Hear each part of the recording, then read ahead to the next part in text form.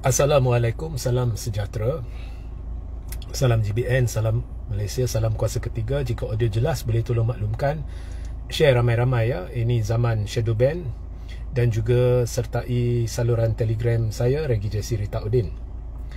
Saya diminta ulas ya kenyataan Anwar berhubung dengan peruntukan, soal peruntukan kepada MP Pembangkang. Menurut Anwar, dalam kenyataannya, saya kira di dalam Kongres PKR, bahawa buat apa nak salurkan kepada pembangkang yang mengutuk atau mengkritik kerajaan setiap hari ya. Lebih baik salurkan terus kepada rakyat, dia kata. Okey. So di situ sahaja, kita berhenti di situ sahaja. Anwar secara tidak langsung telah mengesahkan bahawa kerajaan pimpinan dia tidak mengamalkan demokrasi, ataupun dalam erti kata lain sudah lari dari prinsip demokrasi. So jadi terpulang kepada saudara-saudari masing-masing nak buat kesimpulan, kita sedang sekarang mengalami zaman kepimpinan apa, ideologi apa. Kalau bukan demokrasi, kita ikut apa? Itu saya serah kepada anda semua. Sebabnya, pertama ya, di dalam sistem demokrasi yang diamalkan di sini dan juga amalan demokrasi secara amnya, kalau sini demokrasi berparlimen, demokrasi berperlembagaan, raja berperlembagaan dan sebagainya. Di bawah sistem demokrasi ini, rakyat sebenarnya secara tidak langsung menjadi penggubal undang-undang. Mungkin ramai terlepas pandang. Rakyat sebenarnya, anda, saya semua sebenarnya menggubal undang-undang untuk diri kita sendiri. Tetapi kita tidak melakukannya secara langsung. Kita memilih menerusi proses pilihan raya seorang untuk wakili kita. Ya, untuk wakili kita ke Dewan Rakyat untuk melaksanakan perubahan yang kita hendak. Tetapi memandangkan kita ada berjuta rakyat dan di kawasan geografi yang luas, jadi mustahil satu individu boleh mewakili suara 32 juta rakyat.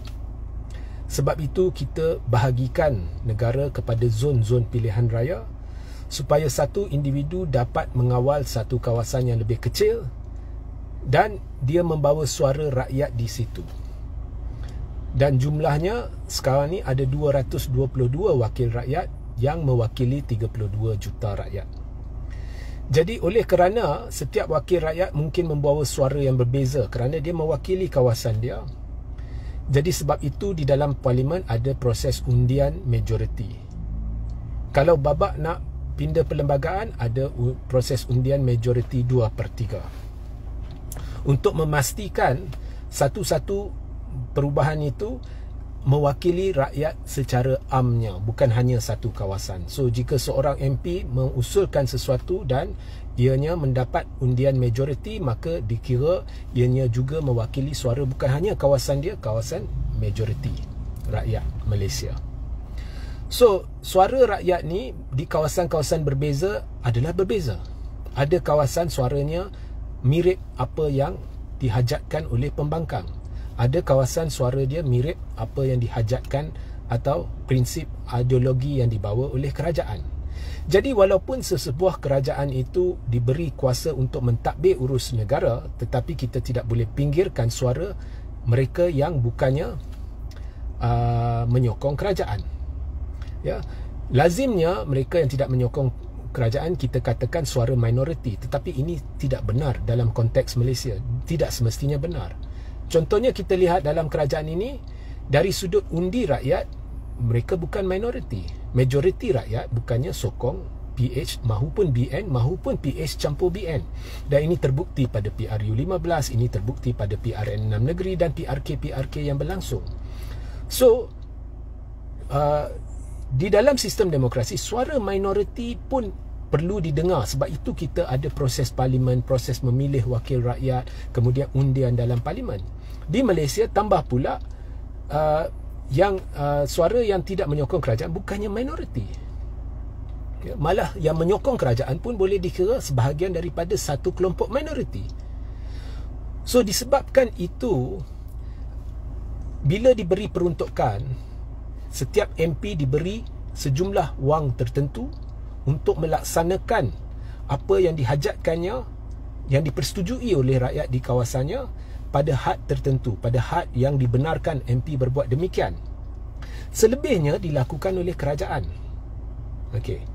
Dan hak itu tidak harus dicabul, tidak harus disekat, kerana jika disekat, ia secara tidak langsung bermakna kerajaan sedang menghukum mereka yang tidak bersetuju dengan kerajaan, tidak menyokong kerajaan, dan menghukum mereka dengan cara menidakkan apa jua yang dihajatkan yang oleh rakyat di kawasan itu, yang menerusi proses demokrasi, menerusi pilihan raya, mereka berjaya mendapat seorang wakil untuk melaksanakan perkara-perkara tertentu.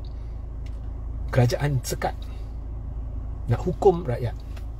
Nah, Anwar kata lebih baik kerajaan salurkan terus kepada rakyat, ya, mungkin menerusi projek. Itu adalah tanggungjawab kerajaan, dan Anwar perlu bezakan tanggungjawab kerajaan dengan tanggungjawab MP. Tanggungjawab kerajaan secara amnya menjaga rakyat jelata. Keputusan-keputusan yang dibuat perlu merangkumi seluruh negara, bukan kawasan-kawasan tertentu. Kerajaan bukannya diberi mandat untuk menitik beratkan kehendak rakyat di satu-satu kawasan yang berbeza dengan kawasan lain. Itu adalah tugas MP. Sebab itu kita ada MP. Mungkin ada perkara-perkara yang rakyat di satu-satu kawasan hendak, yang mungkin tidak semestinya dikehendaki oleh rakyat di kawasan lain. Dan menerusi proses pilihan raya, mereka telah mendapat mendapat MP yang mereka hendak untuk wakili mereka. Dan MP itu boleh melaksanakan perkara-perkara setakat mana yang dibenarkan di kawasan itu, yang tidak semestinya dikehendaki oleh orang di kawasan lain, ataupun ianya spesifik kepada kawasan itu menurut keperluan rakyat di kawasan itu yang mungkin rakyat di kawasan lain tidak perlukan. Satu perubahan, nak bina satu dewan, nak baiki satu jambatan yang mungkin spesifik kepada kawasan itu. Mungkin nak bina jambatan, logik di kawasan ini perlu satu jambatan tambahan, di kawasan lain tak semestinya perlu. Itu sebenarnya bukannya tugas utama kerajaan. Tugas utama kerajaan ialah menjaga kepentingan bersama rakyat yang diperlukan oleh semua rakyat. Yang selebihnya tu adalah hak MP untuk laksanakan. Jadi nampaknya Anwar sudah lari dari prinsip demokrasi. Alasan dangkal diberikan, ya, mereka kutuk, mereka kritik, buat apa kita nak beri. Ini dah jadi diktator. Sebab sememangnya kerajaan akan berdepan dengan bangkangan. Ini sebahagian dari proses demokrasi. Sememangnya pembangkang akan mengkritik kerajaan jika sesuatu itu difikirkan tidak dilaksanakan dengan betul. Ya, dan sudah jadi tugas kerajaan untuk mendengar bangkangan dan memberi feedback, setuju atau tidak, ya, dan sebagainya. That is proses demokrasi subur. Nampaknya Anwar secara tidak langsung mengatakan, saya tak mahu semua tu. Maka saya sarankan Anwar dapatkan persetujuan 2/3, pindah perlembagaan dan tukar negara ini kepada negara dictatorship. Sebab itulah hala tuju saya lihat berdasarkan apa yang Anwar kata. Ya, awak lari dari prinsip demokrasi. Anwar kata, mereka buat apa kita nak salurkan pada pihak yang sentiasa cuba tumbangkan kerajaan. Mungkin Anwar lupa bahawa dulu saya masih ingat Rafizi dia ada beritahu, ya, masa pembangkang, tugas kami adalah menghasut. Maknanya Rafizi secara tidak langsung mengaku segala apa perjuangan PH dulu adalah hanya sekadar hasutan. Dan hari ini kita lihat banyak yang PH perjuangkan tidak dilaksanakan. Saya makin percaya dengan kata-kata Rafizi, memang dulu dia orang menghasut. Ya. So, kalau awak dulu dah mengaku menghasut kerajaan, ya, dan sekarang kau nak ubah sistem, lebih baik awak isytiharkan. Negara kita menghala ke bukan lari dari demokrasi, kita hendak mengamalkan dictatorship, dan kemudian saya cadangkan Anwar buat pindaan perlembagaan, dapatkan sokongan 2/3, kemudian dapatkan perkenan majlis raja-raja. Dan lebih senang daripada beri alasan dangkal yang tidak masuk akal. So saya nasihatkan Anwar berhenti buat benda ni, kerana ianya sedang memburukkan kerajaan anda. Lebih baik berikan apa yang patut kepada MP, dan tumpukan kepada tugas kerajaan untuk menjaga kepentingan rakyat jelata, bukannya menumpu kepada masalah-masalah kawasan yang sememangnya bukannya tugas kerajaan secara spesifiknya. Ya. So, itu sahajalah nasihat saya kepada Anwar. Sehingga kita berjumpa di lain masa. Assalamualaikum, salam sejahtera, salam GBN, salam Malaysia, salam Kuasa Ketiga.